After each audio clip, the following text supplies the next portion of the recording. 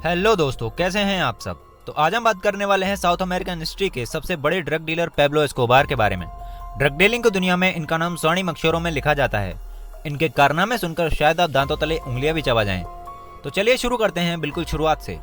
इनका जन्म 1 दिसंबर सन 1949 में कोलंबिया कंट्री के रियो नेग्रो सिटी में हुआ था। इनके पिता किसान व माता स्कूल टीचर थीं।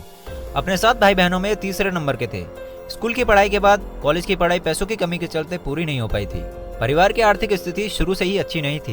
इनका जीवन शुरुआत से ही पैसों के अभाव में बीता था। ये अपनी फैमिली के साथ मेडेलिन सिटी में रहते थे। जब इन्होंने क्राइम की दुनिया में कदम रखा तो शुरुआती दिनों में कब्रिस्तान की कब्रों पर लगे हुए महंगे स्टोन्स और नगीनों को निकालकर उन्हें बेचकर पैसे कमाया करते थे। धीरे धीरे कार चुराना, बाइक चुराना, राह चलते वाहनों को खाली सड़क पर रोककर पैसे लूटना, ऐसे काम भी शुरू कर दिए थे। इनको अपने क्राइम करियर में बूस्ट तब मिला जब 1970 में एक किडनैपिंग को इन्होंने अंजाम दिया और फिरौती में $1 लाख की मांग करी, जिसमें इन्हें सक्सेस भी मिली। इस घटना को अंजाम देने के बाद उन्होंने ड्रग डीलिंग की दुनिया में कदम रखा, जहां वो एक ड्रग सप्लायर का काम करते थे। उस काम को करते हुए इन्हें एक बात तो समझ आ गई थी कि अगर शॉर्टकट है सक्सेस पाने का तो वो है ड्रग इंडस्ट्री।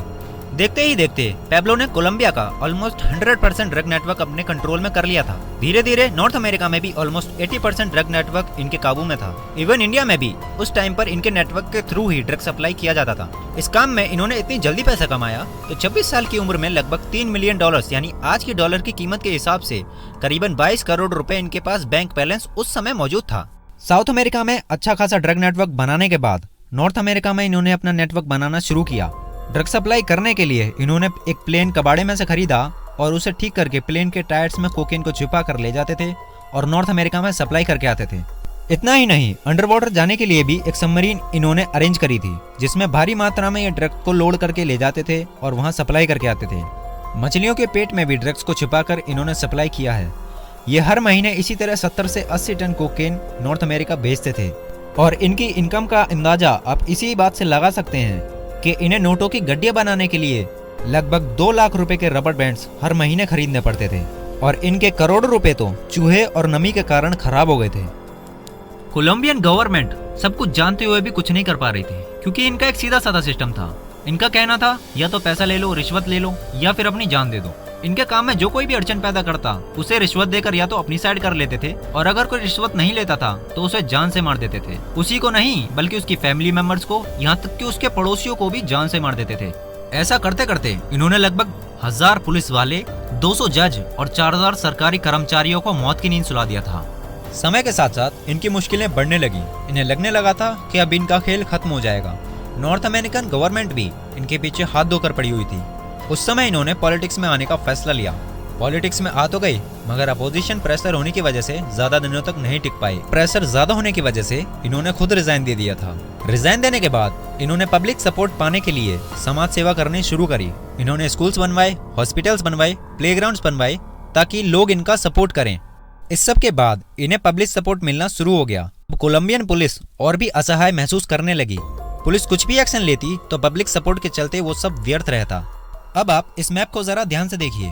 कोलंबिया के जितने भी पड़ोसी देश हैं, जैसे इक्वेडोर, वेनेजुएला, पेरू, ब्राजील, इन कंट्रीज में ये कोकेन की खेती करवाते थे और वहां से अपनी ड्रग कंपनी मेडेलिन कार्टेल, जो मेडेलिन सिटी में है, वहां पर इंपोर्ट और पैकेजिंग करवाने के बाद उसे नॉर्थ अमेरिका में भेजा जाता था। इनकी कंपनी हर दिन $70 मिलियन का कोकेन नॉर्थ अमेरिका में सप्लाई करती थी। इन्होंने ड्रग की खेती और मैन्युफैक्चरिंग के लिए प्राइवेट आइलैंड्स तक भी खरीद लिए थे।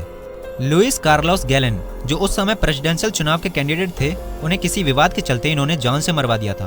बस तभी से पैब्लो एस्कोबार की उल्टी गिनती शुरू हो गई थी। इन्हें पकड़ने के लिए इनके ऊपर ऑफिशियली इनाम घोषित कर दिया था और कोलंबियन तथा नॉर्थ अमेरिकन गवर्नमेंट दोनों मिलकर इसे पकड़ने की पूरी कोशिश में लग गए थे। जब इन्हें ये लगा कि अब मैं नहीं बचूंगा, तो इन्होंने कोलंबियन पुलिस को 1991 में सरेंडर कर दिया और ये शर्त रखी कि कोलंबियन गवर्नमेंट को एक्स्ट्राडिशन लॉ को हटाना होगा, जिसके चलते वे नॉर्थ अमेरिका को उन्हें ना सौंप दे। इनकी एक शर्त और थी कि ये खुद की बनाई हुई जेल में रहेंगे। कोलंबियन गवर्नमेंट ने इनकी दोनों शर्तें मान ली। इन्होंने अपने लिए अपने पैसों से ही जेल बनवाई, जिसका नाम था ला कैथीड्रल प्रिजन। ये कहने को ही जेल थी, लेकिन इसमें 5 स्टार होटल वाली फैसिलिटीज मौजूद थी, जैसे pub, casino, soccer ground etcetera. अब ये अपनी जेल में से ही सारे ड्रग नेटवर्क को कंट्रोल कर रहे थे। पर यह ज्यादा दिनों तक नहीं चला। जैसे ही कोलंबियन अथॉरिटीज को इस बात का पता चला तो उन्होंने एस्कोबार को शिफ्ट करने की ठानी। पैब्लो एस्कोबार को वहां से शिफ्ट करने के लिए कोलंबियन अथॉरिटीज ने 2 लोगों को भेजा था, पर पैब्लो ने उन दोनों को रिश्वत देकर खरीदा और उन दोनों के साथ 22 जुलाई सन 1992 में वहां से फरार हो गया। अब इसमें कोलंबियन अथॉरिटीज और नॉर्थ अमेरिकन गवर्नमेंट की काफी बेइज्जती हुई। अब दोनों ने मिलकर पैब्लो एस्कोबार को पकड़ने का फैसला लिया। इस बात का जब पैब्लो एस्कोबार को पता चला तब उसने बच्चों को अपने साथ मिलाया और उन्हें पैसा देकर और हथियार देकर ये कहा कि जहां भी पुलिस ऑफिसर्स दिखाई दें उन्हें सीधा गोली मार दो। ये एक तरह की सिविल वॉर की स्थिति बन गई थी। गलियों में खून की नालियां बहने लगी थीं। 1991 में करीब 25,000 लोगों को मरवाने में पैब्लो एस्कोबार का हाथ था, जो 1992 में यानी करीब 1 साल में ही 27,000 तक ये आंकड़ा पहुंच चुका था। उस समय इस आदमी की वजह से कोलंबिया को वर्ल्ड्स मर्डरर कैपिटल के नाम से जाना जाने लगा था, जहां हर दिन लगभग 16 लोगों का मर्डर होता था। करीब 16 महीने तक फरार रहने के बाद 2 दिसंबर सन 1993 में एक सीक्रेट ऑपरेशन में पुलिस द्वारा एनकाउंटर में पैब्लो एस्कोबार को मारा गया। कहा जाता है कि इनके पास इतना पैसा था कि जब घर में लकड़ियां खत्म हो जाती थीं, तब अपनी फैमिली को सर्दी से बचाने के लिए ये नोटों को ही जला दिया करते थे। आज भी मेडलिन में कभी कभी कंस्ट्रक्शन और खुदाई में वर्कर्स को पैसों से भरे हुए बैग्स मिलते रहते हैं, पर वो उन बैग्स को या तो पुलिस को दे देते हैं या फिर पैब्लो एस्कोबार की फैमिली को दे आते हैं। पैब्लो एस्कोबार ने अपने पुराने घर में भी दीवारों में नोटों को छिपा रखा था, जो बाद में पुलिस को उनके घर की तलाशी लेते हुए मिले थे। पर ऐसे रुपए का क्या फायदा जो हजारों लोगों की जान लेकर कमाया जाए। तो दोस्तों, कैसा लगा ये वीडियो हमें कमेंट बॉक्स में जरूर बताएं और अच्छा लगा हो तो लाइक करें और चैनल को सब्सक्राइब करें। Thanks for watching.